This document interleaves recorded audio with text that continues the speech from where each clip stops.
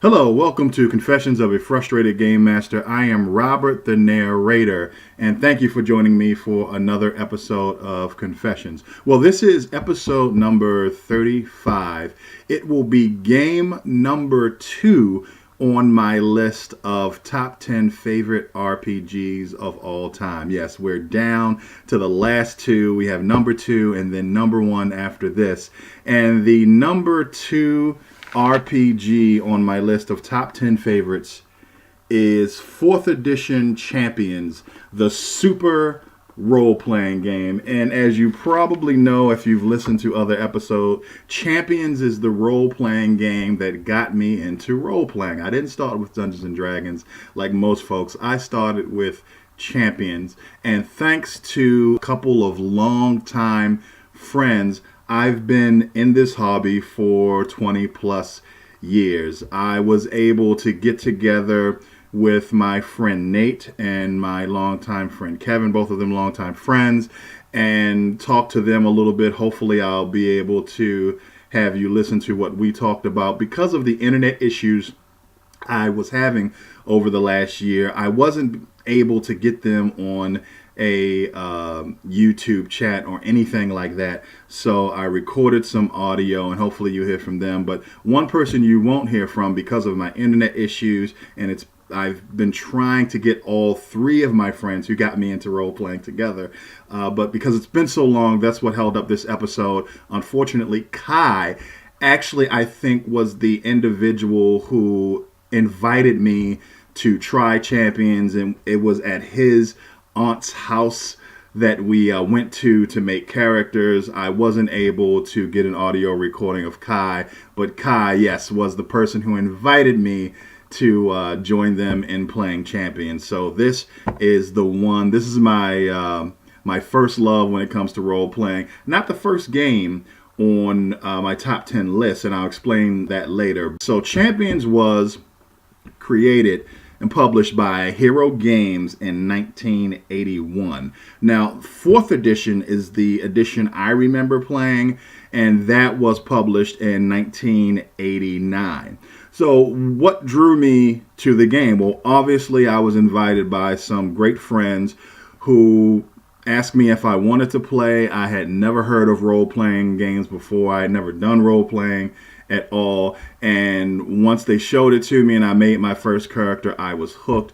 And I am so grateful to these long-term friends who they changed my entire life. They introduced me to a hobby that I've been enjoying for 20 plus years, and I really love that. And let me see if I can have you listen to some of the questions that I asked my friends Nate and Kevin about Champions. Was Champions the first game you played ever? Role-playing game, yeah. Okay. And how did you get involved? Did Nate pulled you in, or? Maurice Johnson. Oh, really? Yeah. I remember Maurice. Maurice and Nat were friends, and me and Maurice had class together and started hanging out, and he introduced me to it. Okay. So that was your first. I even remember my first character. You know that was going to be my next question, right? Yeah. Was it Stalker? No, it was Insectoid. Insectoid. Yes. He was you ready? Yep. He was a scientist who built a suit, right? Uh-huh. He had a 16v6 energy blast. Jesus Christ. And for character, he had to put his hands together to fire the blast. Okay. So if he was if he was restrained or something, then he couldn't fire that blast. Get that blast off on you. Right. Don't let him put his hands together. So all I gotta do is keep you from putting your hands together, and you're Euclid. Basically. He had 4 skills. Science skill, stealth, combat, what were they called? Combat skill levels. Skill levels, yeah. and I think breakfall or acrobatic. Insectoid. Nice. Yes. What do you remember? What the second role-playing game you ever played was? It was Forgotten Realms D&D. Okay. Because I remember playing with you, Nate, and Kai, going over to Kai's like aunt's house or something to play Champions. Right. Yeah. Wow. That's not right. I think I made another Champions character, but I can't remember that Champions character. Yeah. I vaguely remember Insectoid. Yep, green. No kills, no nothing, just all blast. All blast. All blast. Nice. Okay, cool. Nate, who introduced you to role playing? Because you told me that Champions was not your first. No, it was AD&D. Oh, and who got you into that? That was the Kai. Kai. Okay. AD&D first. See, I didn't know all that. So it was all Kai. And Kai introduced you to Champions? Who introduced me to Champions? The only thing I remember is going to Kai's aunt's house or something, and we made characters or we looked at the books and stuff. So you guys were already into it. Kevin remembers his first character, Insectoid. Do you remember your first character? I think it was the character that was more like I forget the feline-y character. I think that was my first Champions character, but I can't remember his name. I don't remember a feline character either. That's pretty much all I wanted to know. All right. So what is the game about? It's about superheroes fighting for good. It emulates the 4-color superhero comic books out there, and you just build a full character with disadvantages and weaknesses and problems, just like you would see in the comic books. You know, Spider-Man was always broke and had to deal with his aunt and protect other friends, and Superman's weakness is kryptonite and so forth, and has to protect Jimmy Olsen and Lois Lane. And you build a full 4-color comic book character who fights for good and justice, and that's what the role-playing game is all about. Your standard superhero RPG. Now, what is the setting for Champions? Now, to be completely honest with you, though I played Champions for 15 plus years, I never immersed myself in the actual setting for Champions. They, of course, have their own comic book universe. The actual premier superhero team in the Champions world, of course, are the Champions.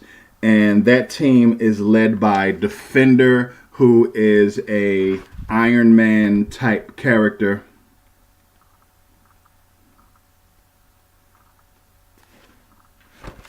And this is, as you can see here, this is Defender. He is the leader of the Champions, who are kind of the Avengers or Justice League of the Champions universe. And then they also have Solitaire, who is their magic using character. And I'll go back here because and you have Quantum, who is kind of their flying energy projecting character right there. And you have Obsidian, who is the strong guy. He is an alien from a space empire, and he protects the Earth. And you have Seeker, who is their martial artist. And there's also Jaguar, who is kind of their shape-shifting, feral, savage type. There it is. There's Jaguar right there. That is the premier super team in this universe, but I don't know a lot more about the universe because we used characters from the Champions universe or the setting, but we never really got into it. One of the top super villain teams in this world were the Asesinos, and that is Spanish for assassins. And I've run these guys before, and they are led by Stalker, he's actually a vampire. You have Ocelot, who's kind of their feral, savage guy. And then they actually have a zombie cowboy by the name of the Tombstone Kid. And this little guy called Mosquito. He's a really tiny guy who attacks with poisonous bite.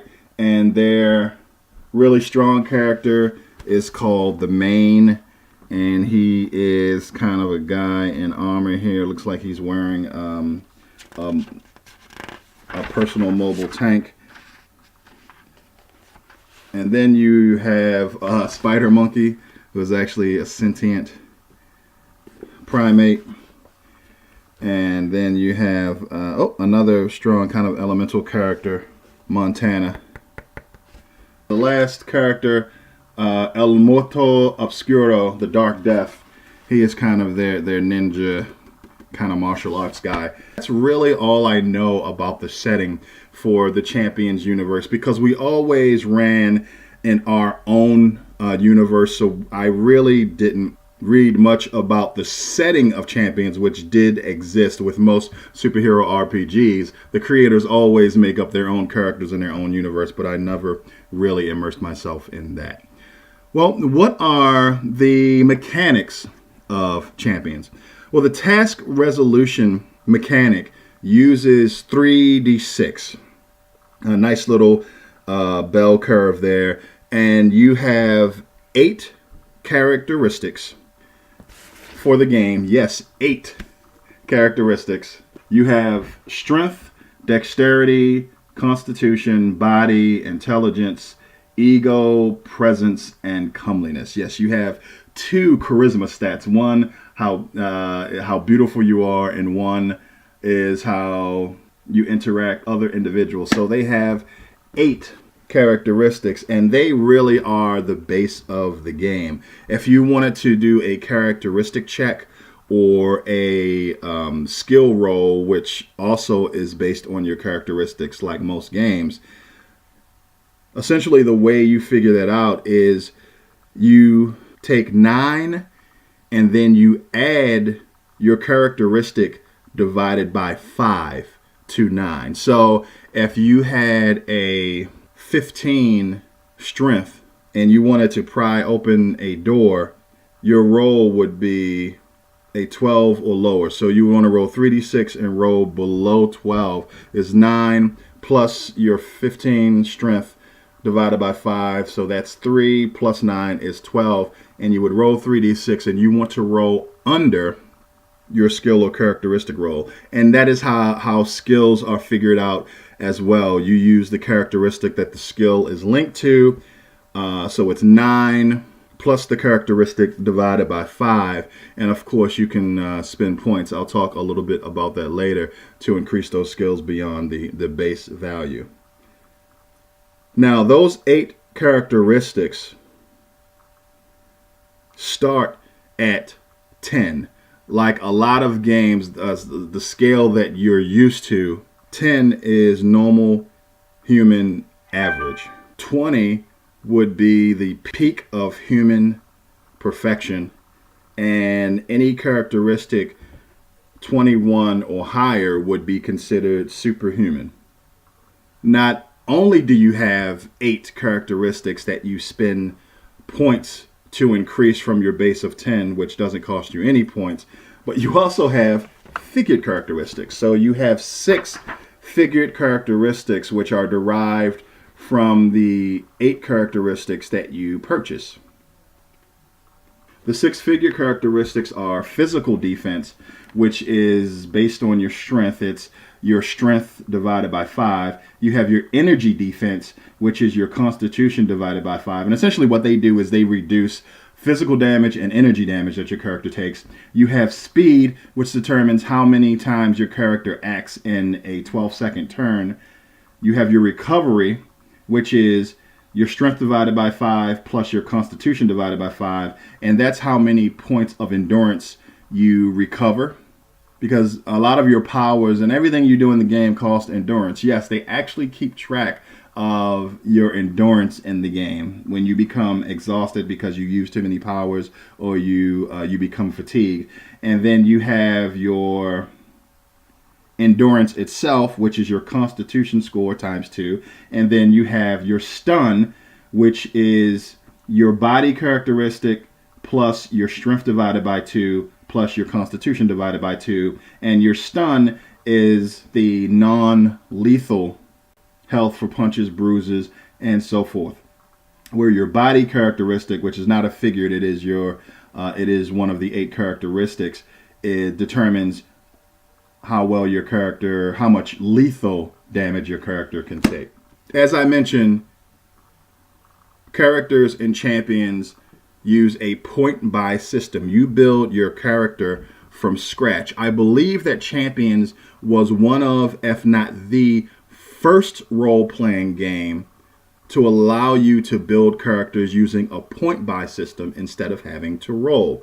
During character creation, players get a number of points based on the type of campaign that you're going to play in. With Champions, you can play anywhere from a heroic game where your characters are like pulpy Indiana Jones type characters. For instance, you would probably have somewhere in the neighborhood of 75 points, all the way up to superheroes who would have 250 points to use to purchase everything. That includes characteristics, powers, talents, and perks. As a superhero game, Champions uses an effects-based power system. What that means is instead of having your character's powers wholly built for you, you build your powers from scratch, which I find a little bit easier because you have less to memorize with the powers. For instance, hurting someone at ranged is the energy blast power. And you can have that energy blast look like whatever you want. It could be a mundane firearm. It could be electricity that you shoot. It could be a fireball that you throw from your hand. And it's all the same effect. You're doing damage at range. What it looks like is really up to the player. So instead of having a firearm power and a lightning blast power and a fireball power, you have energy blast. It costs 5 points per 1d6 that you want your energy blast to do. You can spend your points to increase, of course, the damage, and then you can add advantages and disadvantages to the power to customize a little bit. So you could have, if someone had a gun that shot armor-piercing bullets, you could purchase the armor-piercing advantage for your power. The power would cost a little bit more, and now it reduces your target's armor. So it's an effects-based system where you don't have 10 different powers that do damage at range, and an ice blast does this and may slow the character down, and a fire blast may set them on fire. You have one power that you understand, 5 character points to do 1d6 of damage, and you only have to remember what you purchased instead of having to know what fire blast does and what lightning blast does and so on and so forth. And I really like that effects-based approach to Supers RPGs. You also purchase character disadvantages, things like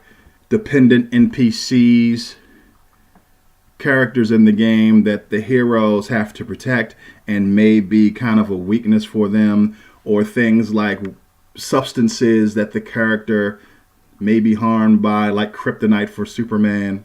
You can take certain number and disadvantages to give you more points to build your character with. So The more disadvantages you get, the more points you get to build your character. So there's very few superheroes out there that don't have some issues or weaknesses or flaws. I'm not going to go over the entire combat system. Basically, what I will tell you is that there are two figured characteristics that are very important for combat. You have offensive combat value, OCV, and defensive combat value, DCV. And the way you get those numbers is you divide your dexterity by 3. If you had a 15 dexterity, you would have an OCV and a DCV of 5. And when you are doing an attack in Champions, what the attacker does is they add 11 to their offensive combat value and subtract the target's defensive value. So if a character with a 5 OCV was attacking a character with a 5 DCV, you add 5 to the attacker would add 5 to 11. That would be 16. You subtract 5 from that for the target's DCV, and the character needs an 11 or less to hit. And you roll 3d6, and if you roll your target number or under, you score a hit. The only other thing that I will mention about combat is the speed is one of your figured characteristics. Your speed is equal to 1 plus dexterity divided by 10. So that is your speed. What speed tells you is how many times you act in the 12-second turn. A turn in the game is 12 seconds. During a turn, every character, good guys and bad guys, get to act. And they get to act a number of times in that 12 seconds equal to their speed. So if they have a 6 speed, they would get to act 6 different times in a 12-second period. Champions is a very rules-heavy game. So there are a lot more rules. There are range modifier rules. There are hit location rules. Of course, how damage works. There's 2 different types of damage, stun and body damage. So I'm not going to get into all of that because the game is really, really rules heavy. It's time for my Ivan Mike protocol, where I tell you whether or not I would still play Champions and maybe what type of players would be interested in playing Champions. I've said in the past that I have stopped playing rules heavy games, but I've also mentioned that while at one of my friendly local game stores, I played a couple of one-shots with a group there playing Champions, and I really loved it. So I think I have to say that I would play Champions with the right folks who were into super rules-heavy RPGs. With the right group who is motivated and are all on board for this type of system and had the right attitude, I definitely could see myself playing the game with that type of group. So you definitely have to be up for a rules-heavy experience. You definitely have to be up for creating your character from scratch, and you definitely have to be up for all of the customization options which allow you to build the exact type of character that you want. But I have to warn you, this game is so detailed that it has rules for velocity written in black and white. Champions is my first love, so why is it not number 1 on my list of top 10 favorite RPGs of all time? And that is because the game that is number 1 on my list, I have never felt like I didn't want to play that game.